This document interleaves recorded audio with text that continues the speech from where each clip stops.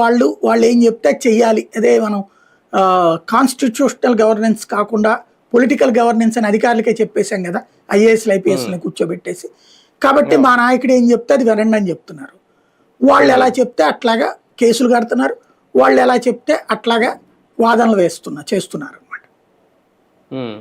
కానీ అంటే ఇప్పటి వరకు కేసులు పెడుతున్న వాళ్ళని, అరెస్ట్ అయిన వాళ్ళని, ఇంకా నెక్స్ట్ అరెస్ట్ కాబోతున్న కొన్ని లిస్టు ఆ పేర్లు చూస్తే అంటే వల్లంనేని వంశీ గన్నవరానికి సంబంధించి ఇంకా కంప్లీట్గా అక్కడ ఇక వైసీపీ పరిస్థితి ఏంటి అనేది, అలాగే గుడివాడలో కూడా వైసీపీ పరిస్థితి ఏంటి ఇప్పుడు ఇక్కడ, అలాగే పిన్నెల్లి మాచల నియోజకవర్గంలో కూడా, అంటే ఇలాగా కొన్ని అంటే పేరున్న నియోజకవర్గాలు, అంటే బాగా గుర్తింపున్న నాయకులున్న నియోజకవర్గాలని టార్గెట్ చేసి వాళ్ళని ఇప్పుడు లోపలేస్తున్నారు అనుకోవచ్చు ఈ అరెస్టులు పందా చూస్తా ఉంటాం. ఏమవుతుంది ఇవన్నీ కూడా? ఇప్పుడు తెలుగుదేశం వాళ్ళని అరెస్ట్ చేయలేదా? అంటే అక్కడ వైసీపీ నిర్వీర్యం అయిపోతుంది. ఇప్పుడు తెలుగుదేశం నిర్వీర్యం అయిపోయిందా?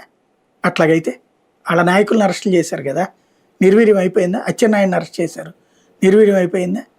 లేకపోతే చింతమనేని అరెస్ట్ చేశారు, నిర్వీర్యం అయిపోయిందా? రాజకీయాల్లో ఎవరు నిర్వీర్యం చేయలేరు. ఇప్పుడు అక్కడ ఉన్న ఓటర్ మైండ్ పారిపోతుందా వీళ్ళు అరెస్ట్ చేయగానే? నాయకుడు భయపడి నీ దగ్గరకు వస్తాడు, ఈ నాయకుడికి మళ్ళీ నువ్వు ఫెసిలిటీ కల్పించాలి, వెసులుబాటు కల్పించాలి. నీ నాయకుడిని పక్కన పెట్టి అట్లా బయట నుంచి వచ్చినటువంటి వాడికి అవకాశాలు కల్పించాలి. ఇంత మించి జరిగేది ఏముంటుంది ప్రాక్టికల్గా? వీళ్ళకి